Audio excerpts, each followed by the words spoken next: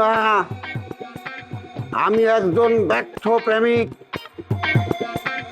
আগামীকাল আমার মৃত্যু হইব, কিন্তু কব্বরের জায়গা খুঁজে পাইতেছি না।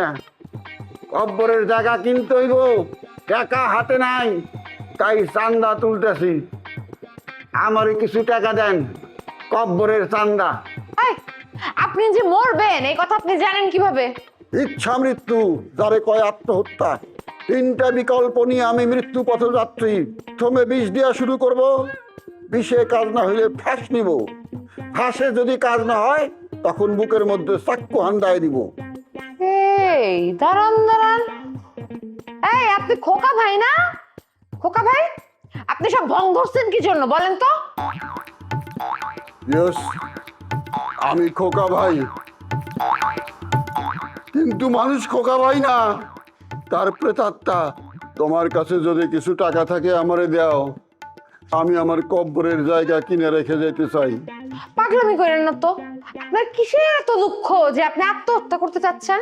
ফুলমতি বিয়া করতেছে 20 বছরের এক যুবককে, কিন্তু আমি ছেলে হইয়া 20 বছরের একটা মেয়ে পাইলাম না। আমি বুঝা গেছি জীবনের কোনো মূল্য নাই, তাই আত্মহত্যার পথ বেছে নিছি। ভাবি, অনেকক্ষণ যাবত আপনার বাসায় বসে আছি, খুব আনইজি লাগতেছে বুঝছেন। কেউ যদি এইসব দেখে ফেলে একদম কিন্তু মানে একটা খারাপ একটা মানুষ সন্দেহ করবে না বলেন? আরে কে আসবে? কেউ আসবে না, আসলে তো ওই লুবনাই আসবে। ওকে এত পাত্তা দেওয়ার কি আছে? ও আমাদের কিচ্ছু বলতে পারবে না। বলতে পারবে না মানে? বলতে পারবে না কেন ভাবি? মানে তারও কি আপনার মতন সমস্যা নাকি? মানে প্রেমিকা ছাড়া থাকতে পারে না এরকম কিছু? তার প্রেমিক তার সাথেই থাকে, প্রেমিক ছাড়া সে এক মুহূর্ত চলতে পারে না। কি বলেন ভাবি? এত ভাগ্য তার? হ্যাঁ, কে সেই লোক? হ্যাঁ, প্রেমিক সারাক্ষণ প্রেমিক তার সামনেই থাকে। কে? আমার ড্রাইভার। আমার ড্রাইভারকে নিয়ে আমি যখন বাইরে যাই তখনই সে মরিচের মতো চলতে থাকে। সি সি সি সি সি, কি কি বললেন ভাবি? এটা আপনি কি কথা বললেন? বিদেশে পড়াশোনা করা একটা মেয়ে একটা ড্রাইভারের সাথে প্রেম করে? হ্যাঁ, তার তো দেখা যায় রুচি নেই। হায় হায় হায়, আমি যদি আর রেগুলার কয়েকদিন আপনার বাসায় আসা যাওয়া করতাম তাহলে তো আমার সাথেও প্রেম হয়ে যেত।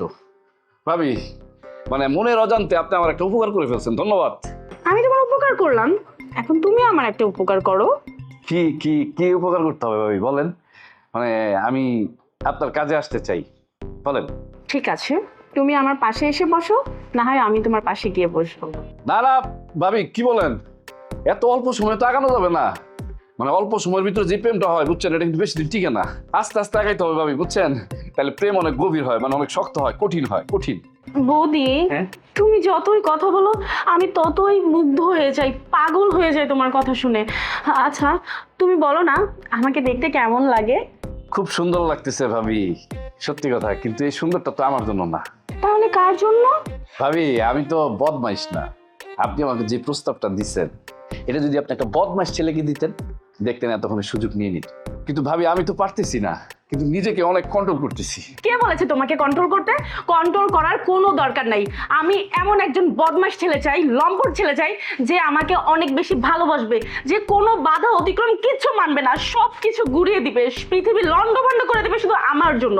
যে আমাকে পাওয়ার জন্য কোনো বাধা কোনো অতিক্রম কিচ্ছু মানবে না। সে হবে দুরন্ত দুর্নিবার, সে শুধু আমাকে ভালোবাসবে। আমি তো কোনো ভদ্র ছেলে চাই না, আমি চাই একজন ভিলেন, যে আমাকে পাওয়ার জন্য সব পৃথিবী ধ্বংস করে দেবে, জ্বালায় দিবে। আমি এমন একজনকে চাই যে শুধু আমাকে ভালোবাসবে, আমার মনের সমস্ত অপূর্ণতা সে দূর করে দেবে, পূর্ণতা ভালোবাসায় আমাকে ভরিয়ে দিবে। সুখ আনন্দ ছাড়া আমার জীবনে যেন আর কিচ্ছু না থাকে, এমন একজন মানুষ চাই। কি বলেন ভাবি? আপনার অবস্থা তো খুবই খারাপ, কিন্তু বিশ্বাস করেন আমার জানাশোনা মানে এরকম পরিচিত কেউ নাই। কিন্তু আমি বুঝতে পারতেছি আপনার অনেক কষ্ট হচ্ছে, কিন্তু আমি অপারক। আসি, আসসালামু আলাইকুম।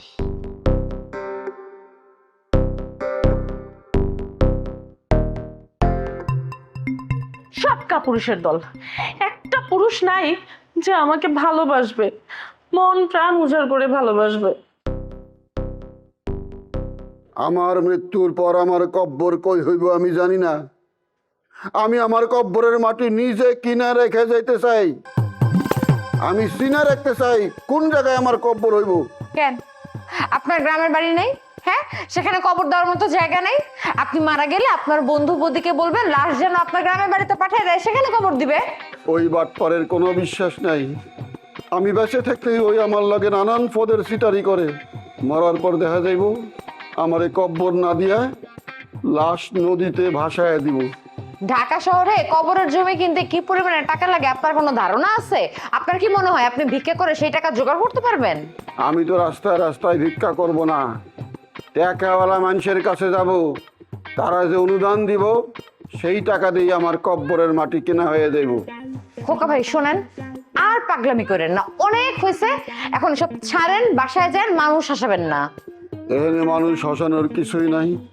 আমার জীবনের ভার আমি বইতে পারতেছি না, অসহ্য লাগতেছে। আমার এক মুহূর্তও বাঁচতে ইচ্ছা করতেছে না। মানুষ আমার এই পৃথিবীতে আর এক মুহূর্ত দেখতে ইচ্ছা করতেছে না। মানুষ আমারে দেখতে চায় না, আমি কি লাগে পৃথিবীতে থাকুম। সিদ্ধান্ত নিছি, চূড়ান্ত সিদ্ধান্ত, নিজের জীবন নিজেই কাতেল করুম। যেটা পাপ কাজ, যেটা করলে আপনার গুনাহ হবে, সে কাজ আপনি কেন করবেন? তুমি আমার লগে কথা না কয়া ফুলমতির কাছে যাও, তারে বুঝাও সে যদি বিয়া না করিয়া আমার কাছে ফিরে আসে তাইলে আমি আর এই পথে যাবো না, আত্মহনন করুম না। আচ্ছা ঠিক আছে, আপনি একটা কাজ করেন, আপনি ফুলমতি খালার কাছে যান, গিয়ে খালাকে বুঝায় বলেন আপনার কথাতে যদি কাজ না হয় তারপর আমি খালার সাথে কথা বলবো। ওকে? ভালো বুদ্ধি দিছ, যাই। আমি দড়ি চাক্কু বিষ সব সাথে নিয়ে যাব। এক্স্যাক্টলি খোকা ভাই, আপনি তাড়াতাড়ি যান, আর কি হয় না হয় আমাকে জানাবেন। ভালো বুদ্ধি দিছ, তাড়াতাড়ি যাইতেছি। তাড়াতাড়ি।